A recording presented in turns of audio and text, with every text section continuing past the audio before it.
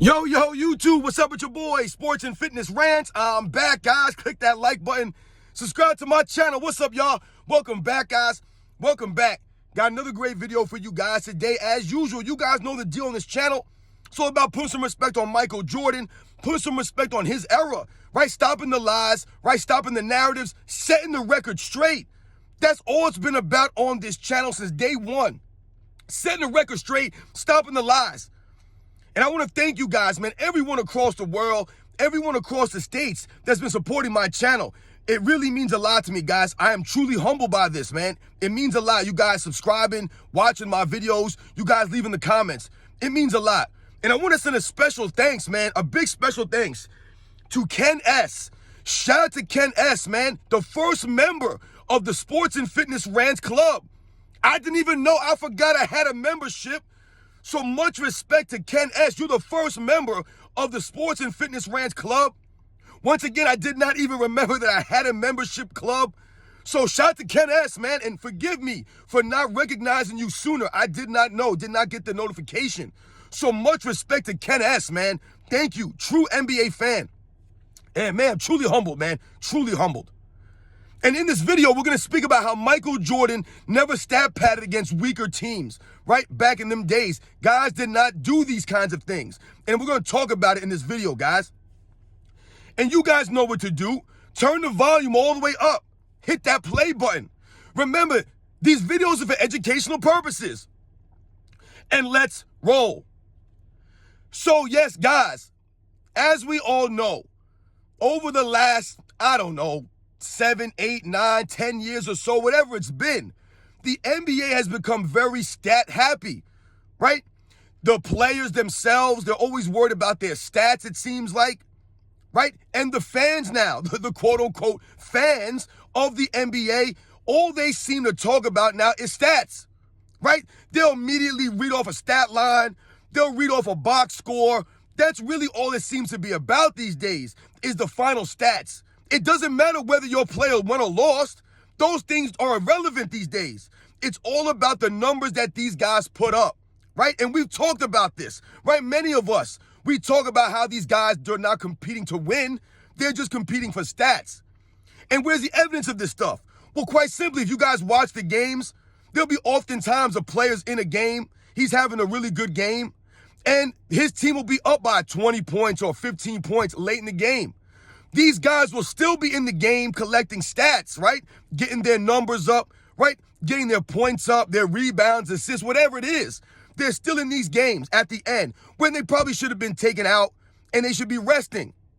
But these days, right, guys are playing for stats. So it doesn't matter if they're up by 20 or their team is down by 20. These guys are still in the game for whatever the reasons. Michael Jordan and the players of his era, they did not do these things. Michael Jordan never stat padded against weaker teams by playing 48 minutes or 45 minutes and running up the score. That's not how the game was played. These guys would check themselves out of the games. Oftentimes, I remember Michael Jordan coming out of the game with 37 points, 38 points, and he doesn't even play the entire fourth quarter because the Bulls are blowing this team out. Right? He could have easily checked himself back in, right, to try to get 40 points or try to get 50 points. Many games like that in Michael Jordan's career where he could have stat padded his way, right, inflated his numbers. But that was not why Michael Jordan played, and that's not why most of the guys played back in the day. They just wanted to win. It didn't matter if they had 20 points or 40 points, as long as the team won. The box score was irrelevant. I told you, we never checked box scores when I was young growing up. We didn't have access to computers and cell phones and these websites. We had to actually watch the games. And there were many games where Michael Jordan had a game going and the Bulls were winning. And Michael Jordan came out at the end of the game. He didn't play to stat pad. The Bulls are up 20, Michael Jordan still in the fourth quarter. That's not how the game was played.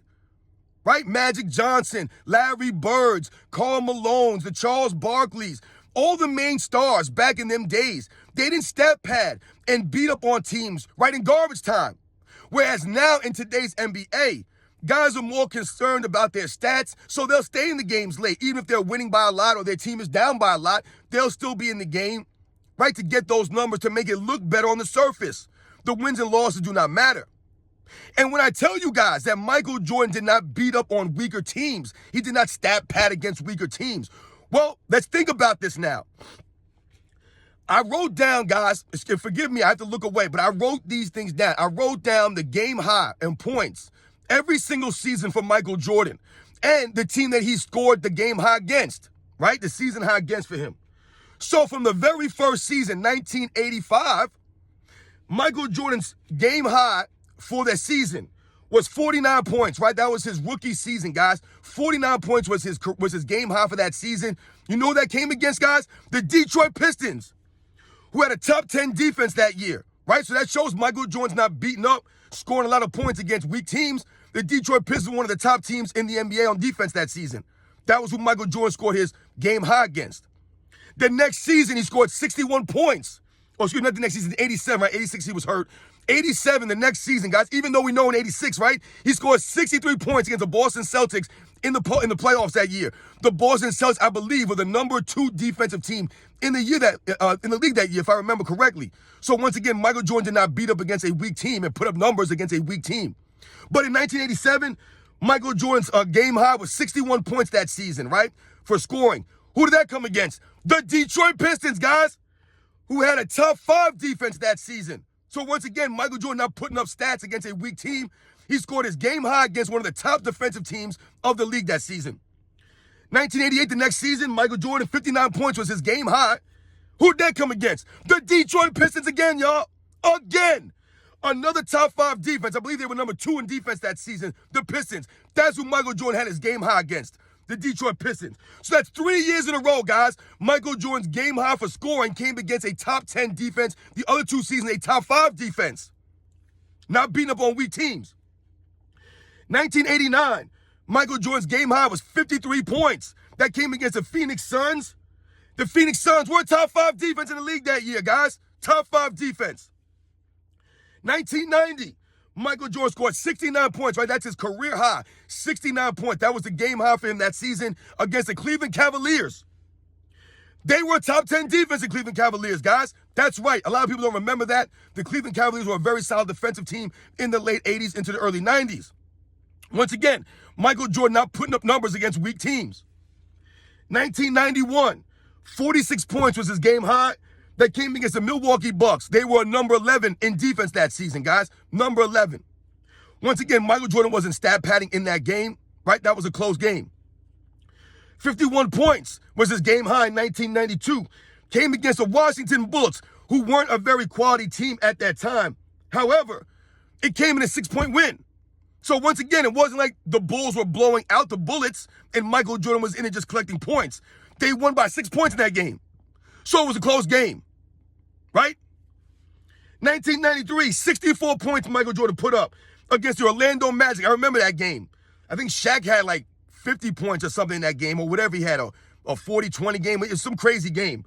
But the Bulls lost that game. They lost. Michael Jordan put up 64 points in a loss. I believe Orlando was number 12 in defense that season.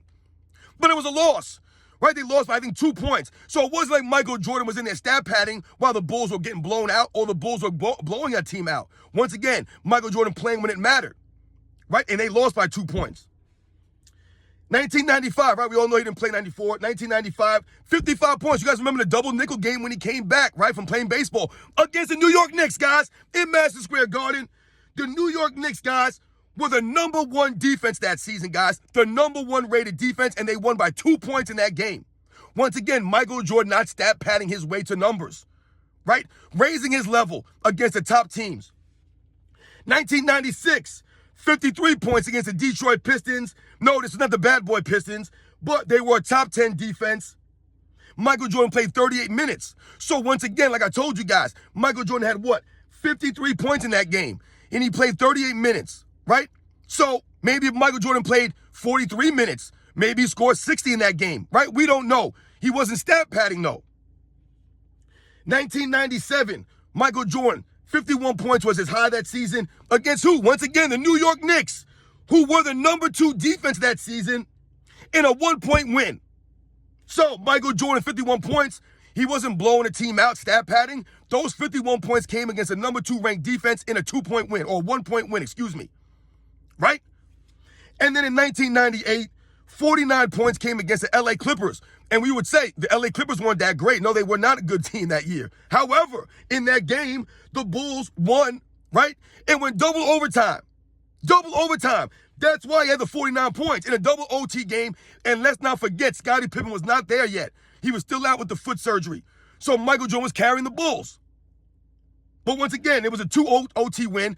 They weren't blowing the Clippers out and Michael Jordan was in there in garbage time. No. So as you guys can see, I rattled off all the game highs for Michael Jordan from 85 to 98. And as you can see, literally every single one of his game highs in the season came against a top 10 defense, a top 5 defense, a top 3 defense. So I say all that to say, Michael Jordan never beat up on weak teams. He never stayed in the game when the Bulls were up 20 or the Bulls were down and getting beat up. Michael Jordan wasn't in there collecting points. He scored his points against the better teams. Michael Jordan always raising his level of play against the competition. That's a true competitor. What we see a lot of now is guys getting their numbers against bottom-feeding teams, right? So they'll put up 40 points against one of the worst teams in the league, right? And they'll be celebrated for that. However, Michael Jordan didn't feel that way or didn't approach the game that way. As a true competitor, he wanted to do his best or bring his best against the best. And the best competition brought out his best, right? So that's why the first 3 seasons he was in the league, his game high was against the top defense, Detroit Pistons. I told you, they couldn't stop the man. They couldn't stop him. Michael Jordan scoring 63 points against the Boston Celtics in '86, one of the top defensive teams of that era. Not beating up on weak teams. All these teams I talked about were all top 10 defensive teams. Or Michael Jordan was in a close game, right? Not out there stat padding. He always raised his level against the competition. He didn't get up to play against the weak teams. You know, that's what a weak-minded person, someone who's not a true competitor, they love to play against the weak teams because that's when they can shine, right? They don't want to earn it. Michael Jordan always wanted to earn it. He had to earn it. He worked for it. He came out and showed up against the best teams, whether it was the Celtics or the Lakers or the 76ers, the Milwaukee Bucks early on in his career. Right? These top teams. And then later on, teams like the Cleveland Cavaliers, the New York Knicks, right? The Pacers, the Miami Heats. These are the top teams. Michael Jordan brought his A game against them. Always raising his level of play. Not waiting for the bottom teams to come around to beat up on them. That's not being a true competitor. And that's what we see a lot of now over these last several seasons. Is guys beating up on weak teams, putting up stats against weak teams, right? Guys sitting out games against the tougher teams, right? Ducking the challenge. Michael Jordan didn't duck anyone. He took on all challenges. And those numbers I read off is the evidence of that. You can go back and watch the games, guys. You'll see Michael Jordan coming out of the games late in the fourth quarter, not even playing the fourth quarter, where he could have went for maybe 50 points, right? Maybe went for 40 points. He could have added more, right? But those weren't important things to Michael Jordan. He didn't care how many 40-point games he had or 50-point games he had in his career. Those things are not important. They're irrelevant. Michael Jordan wanted to do good while winning. And no one else has been able to lead the league in scoring and win at that level. No one's been able to do it.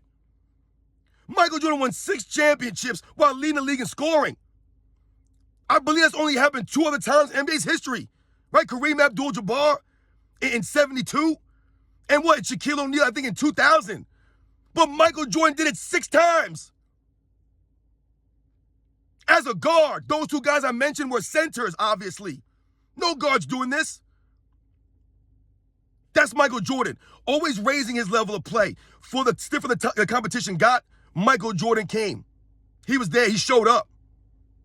Never stat pad against weak teams, never stayed in. You guys know the deal, man. You guys know the deal, man.